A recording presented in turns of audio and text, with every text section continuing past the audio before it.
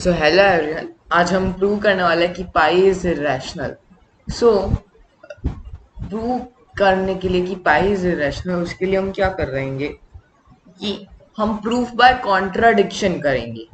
जैसे कि हम मानते हैं कि we can write pi in a form of a upon b, that is pi is rational. फिर हम लेटर प्रूव करेंगे that there is no such value for a upon b, but अभी के लिए हम मानते हैं कि pi is equal to a upon b. Okay, तो हमने एक फंक्शन माना f of x is equal to x power n into a minus b x power n by n factorial. हमने एफ ऑफ एक्स को इसके equal माना। Okay, जहां N एक कांस्टेंट है।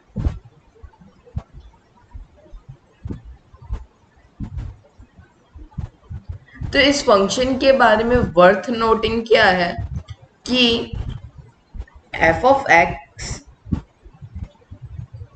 Is equal to f of pi minus x. ये अभी हम प्रूव करेंगे। इसे हम प्रूव करने के लिए क्या कर सकते हैं कि एफ ऑफ एक्स क्या होगा, x power n into a minus b x power n by n factorial. और हाँ, इधर हमने पाई को क्या माना है, ए अपॉन बी के इक्वल। तो वही इधर हम लेते हुए लिखे, तो हम इसे लिखे a upon b minus x power n into pi को लिखा मैंने यहाँ पे ए अपॉन बी, एक्स को मैंने लिखा a upon b minus x power n upon n factorial. तो इसे हम सिंप्लीफाई कर रहे, तो x power n into a minus b x power n upon n factorial. ये इक्वल टू साइन अभी हम हटा देते हैं। ये एफ ऑफ एक्स इसके इक्वल आया है और ये वही f of pi minus x इसके इक्वल आया। इसे हम सिंप्लीफाई करते हैं, तो जैसे कि ये हुआ a minus b x power n upon b power n. फिर यहाँ पे मल्टीप्लाई में b से ये मल्टीप्लाई हुआ, तो a minus a plus b x. तो ये बना b x power b x power n by n factorial. तो इधर क्या होगा, ये b और b कैंसिल आउट हो गए। तो इसे हम कैसे लिख सकते हैं कि a minus b x into x, a minus b x power n into x power n by n factorial. So ये हमने अभी ये लेमा हमने प्रूव कर दिया कि f of x is equal to f of pi minus x, क्योंकि ये जो एक्सप्रेशन है और ये एक्सप्रेशन फाइनली सेम है। तो f of x equal to f of pi minus x. Okay, this was our lemma one. ठीक है, इधर हम एक नोटेशन को फॉलो करने वाले हैं, वो जस्ट मैं आपको बता दूं कि जैसे कि फर्स्ट डेरिवेटिव को हम कैसे लिखते हैं, जैसे कि केथ डेरिवेटिव को हम कैसे लिखेंगे, d k f of x by d x power k is equal to, इधर हम नोटेशन में इसे लिखने वाले हैं एफ ऊपर पावर में के ऑफ एक्स। ओके, यानी कि जब भी मैं इधर के लिखूं तो इसका मतलब है केथ डेरिवेटिव ऑफ दिस। तो बेसिकली यहाँ पे जो हमने एफ ऑफ एक्स कहा था, एफ ऑफ एक्स को हमने क्या कहा था, one upon n factorial x power n into a minus b x power n. तो f of x equal to one upon n factorial, फिर जस्ट एक्स पावर एन को हम बाहर लिखे तो इधर हम इस पे बाइनोमियल थ्योरम लगा सकते हैं। तो इसे बाइनोमियल थ्योरम में हम कैसे लिख सकते हैं? पावर कहाँ से कहाँ वैरी होगी? I equal to n, sorry i equal to 0 to n, और हम मान लेते हैं कांस्टेंट सी आई है जो कि बाइनोमियल कोफिशिएंट होता है, उसे हम सी आई से लिख रहे हैं, C i into x power i. So this is the notation जिसमें हम बाइनोमियल थ्योरम लगा के हमने इसे इस वे में लिखा। अब जस्ट एक्स पावर एन को हम अंदर ले जाए और थोड़ा सा चेंज करके अब वो एक्सप्रेशन को लिखे तो it is equivalent to i equal to n to 2n, क्योंकि ग्रेटेस्ट पावर पॉसिबल क्या है? ये एक्स पावर एन, और इसमें greatest power x power n, दोनों मल्टीप्लाई होंगे तो x power 2n will be the greatest power and the least power will be i equal to n. तो उसे हमने नोटेशन में लिख दिया c i x power i, where i varies from n to 2n। तो f of x को अभी हमने इस वे में लिखा है। तो इधर वर्थ नोटिसिंग प्रॉपर्टीज क्या है? इसका मैं सपोज फर्स्ट डेरिवेटिव कैलकुलेट करूं तो वो होगा 1/n factorial sigma i equal to n to 2n c i i x power i minus 1, और इधर जस्ट नोटेशन के फॉर्म में लिखे तो वो इस तरीके से लिखेंगे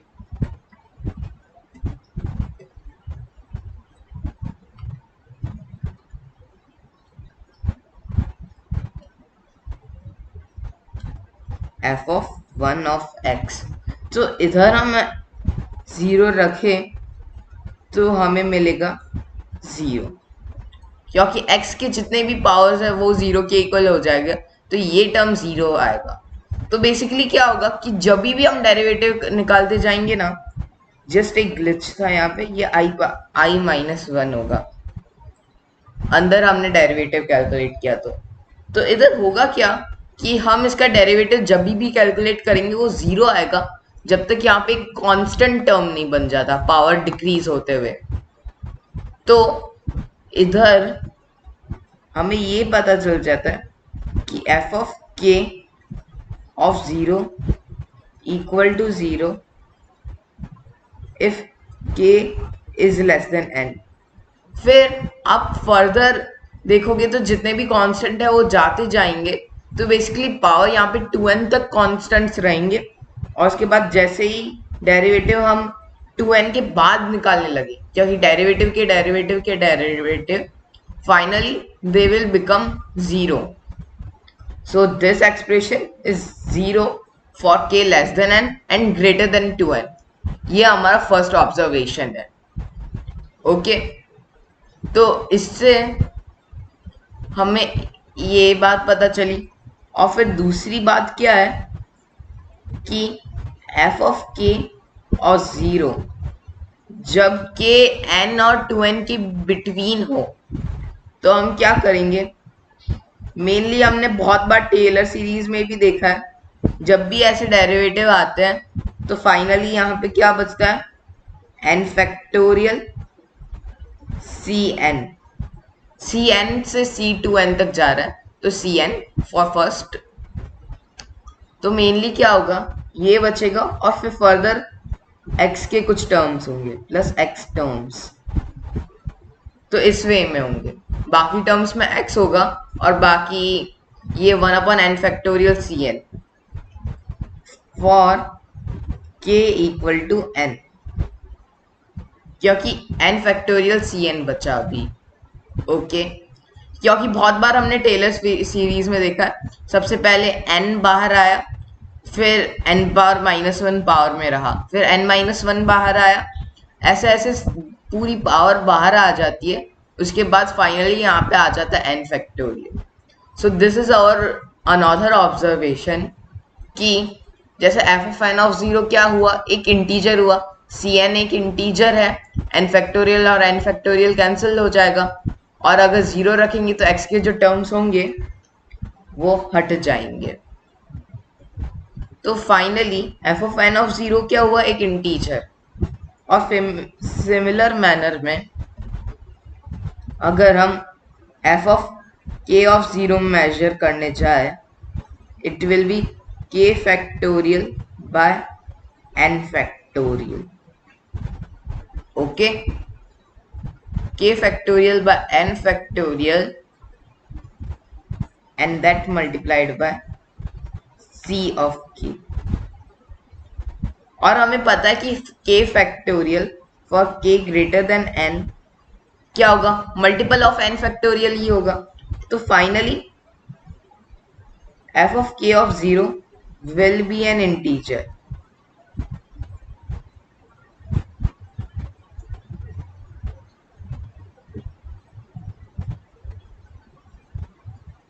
तो f of k of 0 integer क्यों, देखो रेंज हमने पहले देखी 0 to n, 0 to n में क्या है, ये वैल्यू 0 ले रही है।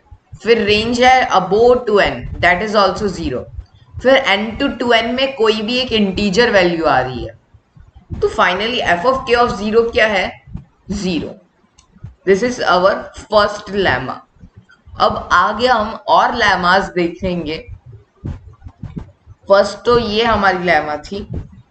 अभी सेकंड लेमा है कि जस्ट हमने देखा था f of x is equal to f of pi minus x। दोनों साइड डिफरेंशिएट करें, विथ रिस्पेक्ट टू x हमने इधर डिफरेंशिएट किया, तो f of 1 of x, और ये with respect to x differentiate करेंगे तो एक -1 बाहर आएगा चेन रूल लगाने से, और फिर f of 1 of pi minus x। फिर सिमिलर ये हम इंक्रीज करते जाए तो इधर से हमें पता चलता है कि f of k of x is equal to -1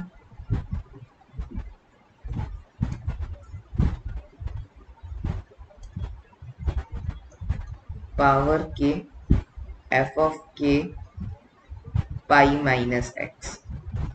this is our second thing, क्योंकि बेसिकली अल्टरनेटिंग टर्म्स आएंगे। जैसे साइन एक्स के डिफरेंशिएशन में हम देखते हैं साइन एक्स फिर कोस एक्स फिर माइनस साइन एक्स फिर कोस एक्स। सो इस वे में ये वेरी कर रहा है।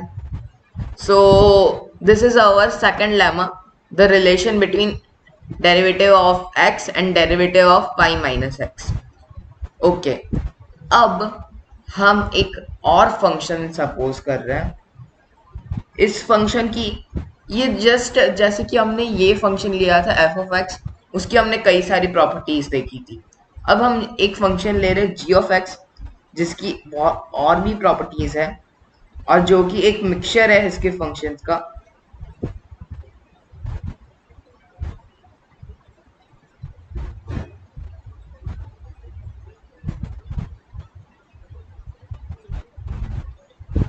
ओके, ये जहां कहां तक रहा है, f of 2n of x तक, ठीक है। तो g of x इसके बराबर है। अब आपको आप सोचिएगा खुद से g of 0 और g of पाई क्या होगा। आप वीडियो पॉज कीजिए और आंसर बताइए। वैसे तो g of 0 एक इंटीजर होगा और g of पाई भी। द रीजन इज कि जस्ट हमने दिखाया था कि f of k of 0 किसके बराबर है, एक इंटीजर के, f of k of 0। तो जैसे कि ये एक इंटीजर है, ये एक इंटीजर है, ये इंटीजर है, और वैसे ही ये सब इंटीजर हुआ है एट 0। और वहीं एट पाई जैसे कि समझना है तो इधर से हमें क्या पता चला, f of k of 0 is same as -1 k f of k of pi. इधर x इक्वल टू 0 पुट करोगे तो आपको समझ में आ जाएगा कि g of पाई भी क्यों इंटीजर है, सेम वे में। ओके, तो अभी हमें एक चीज और पता चली कि g of 0 is integer, g of pi is integer. Let's move ahead. G of x का हम सेकंड डेरिवेटिव अब देखते हैं। अब ये भी बहुत इंटरेस्टिंग होगा, जी ऑफ एक्स का सेकंड डेरिवेटिव। मेनली आप सबको टेलीस्कोपिंग फंक्शंस मालूम होंगे, तो अल्टरनेटिंग टर्म्स तब कट जाते हैं, तो वैसा ही कुछ इधर देखने में मिलेगा।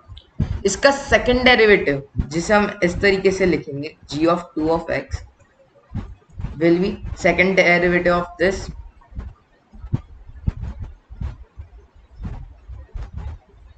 second derivative of this second derivative of this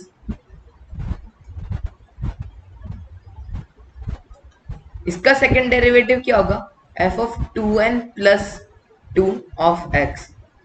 but इधर लकी थिंग क्या है कि जस्ट हमने बताया था कि for f of x greater than two n it will be zero. तो यही प्रॉपर्टी यहाँ पे यूज करें तो ये तो जीरो ही है, तो इसे तो मैं रिमूव ही कर सकता हूँ।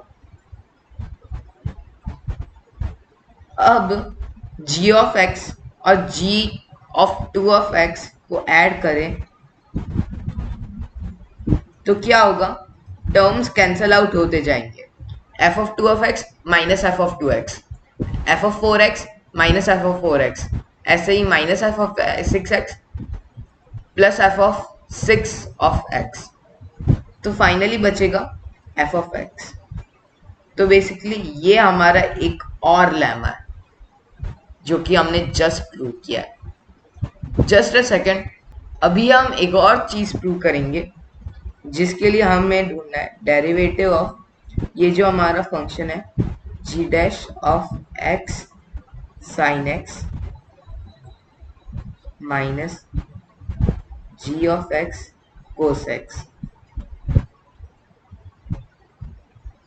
ओके, इसका डेरिवेटिव क्या होगा, इसके लिए हम क्या कर सकते हैं, जी डैश ऑफ एक्स यानी कि फर्स्ट डेरिवेटिव, ये दोनों के बीच में हम क्या लगाएंगे, प्रोडक्ट रूल। तो पहले इसे डिफरेंशिएट करेंगे, तो इसका डिफरेंशिएशन क्या हो जाएगा, जी ऑफ टू एक्स और sine x as it is, फिर this as it is sine x का differentiation that will be cos x, और फिर जी एक्स में भी हम वही करें, फर्स्ट जी ऑफ एक्स का derivative cos x,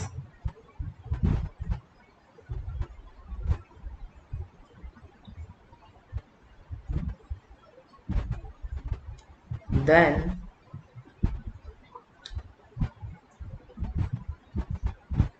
g of x,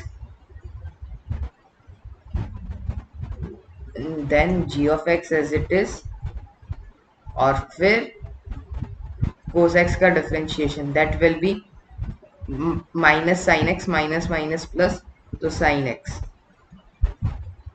तो देखो इधर ये अल्टरनेटिंग टर्म्स कट गए, तो फाइनली ये डेरिवेटिव में हम लेफ्ट आउट किसके से रहे, g of two of x plus g of x sine x. और जस्ट अभी हमने ये प्रूव किया था कि g of two of x plus g of x is equal to f of x.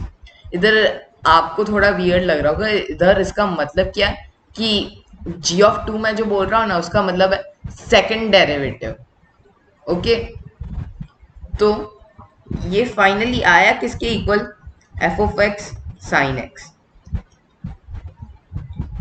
तो इससे दूसरी वे में हमें कहना है तो हम कह सकते हैं कि integration of zero to pi f of x sine x dx is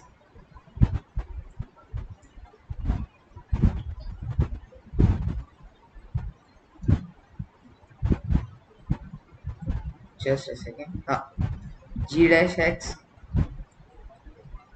sin x minus gx cos x। From 0 to pi.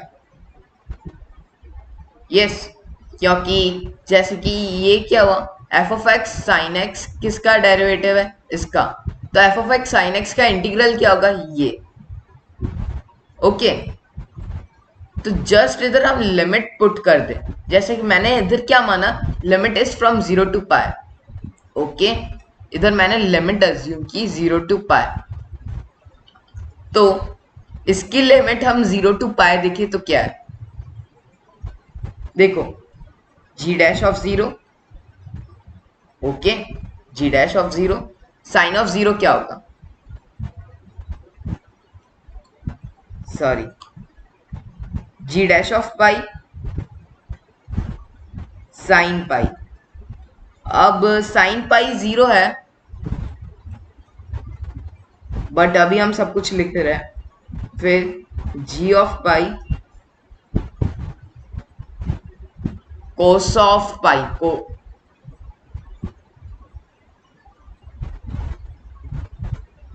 Minus g dash of x sine x, sorry, g dash of 0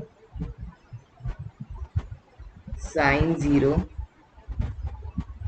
minus g of 0 cos of 0, minus minus plus हो जाएगा। Okay, सो ये क्या है, upper limit और ये lower limit का difference. तो basically इधर क्या है, साइन पाई क्या है, 0 के इक्वल, तो ये टर्म क्या, साइन ऑफ 0 भी क्या है, 0, तो ये हुआ g of pi plus g of 0 के इक्वल। और मैंने ये इसी के लिए प्रूव किया था कि g of 0 plus g of pi is integer.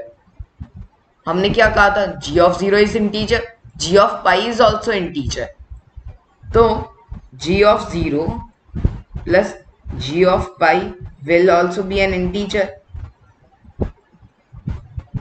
तो बेसिकली आपको इतनी देर से वियर्ड लग रहा होगा कि हम ये सब क्यों कर रहे हैं, बट इसका जो इंटीग्रल है वो क्या है, एक इंटीजर क्वांटिटी है। ओके, इंटीग्रल इसका एक इंटीजर क्वांटिटी है। फिर अभी ये इंटीग्रल हमने क्यों कैलकुलेट किया, जैसे ये जो इंटीग्रल है इसका अपर बाउंड ढूंढने की कोशिश करते हैं हम लोग। ओके, सपोज ये जो एक इंटीग्रल है ये एक ऐसा कर्व बना रहा है। Okay,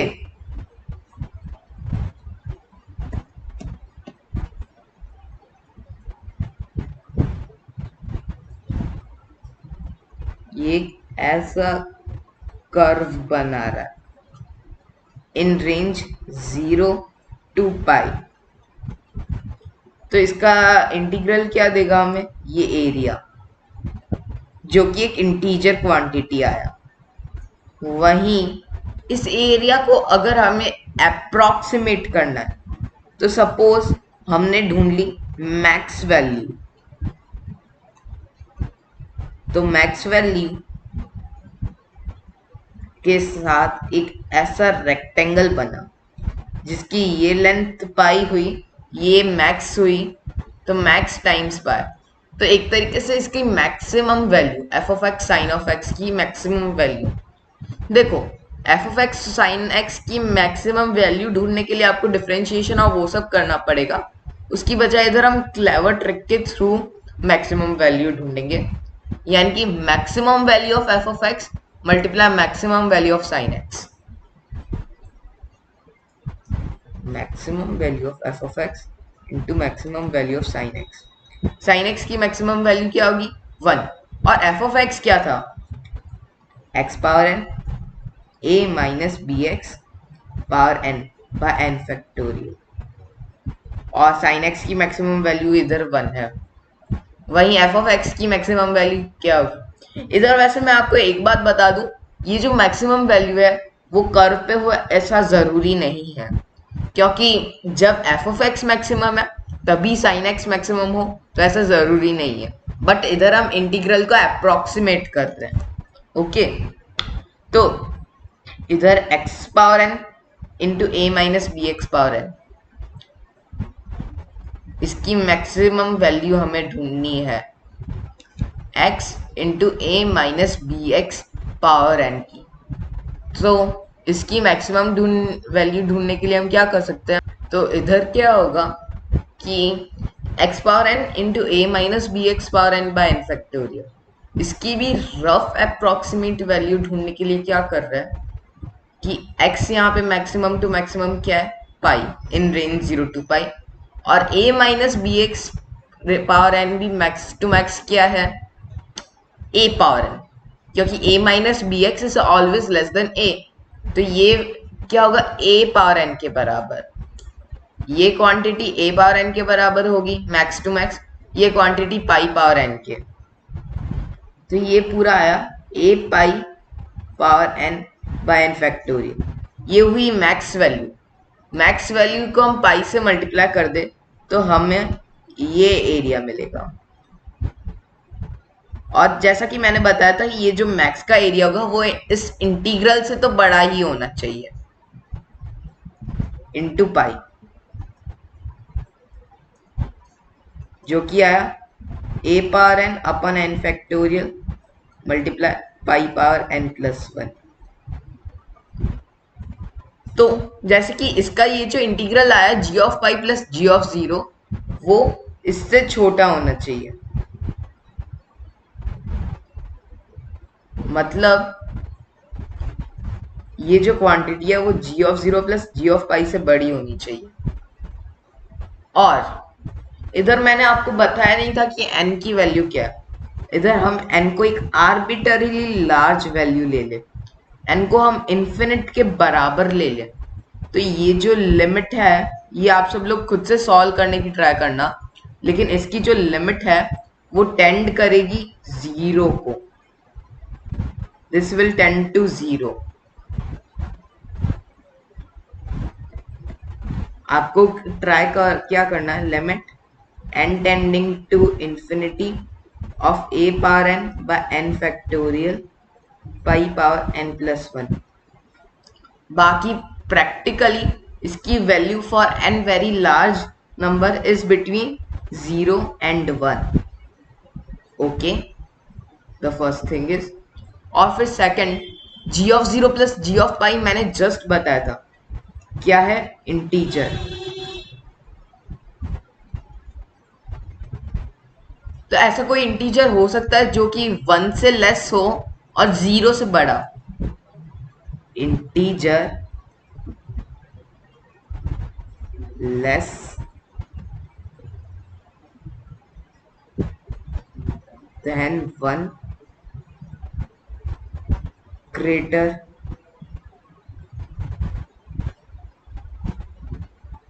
than 0, not possible. तो हमारा जो अजम्पशन की pi is equal to a upon b is completely wrong.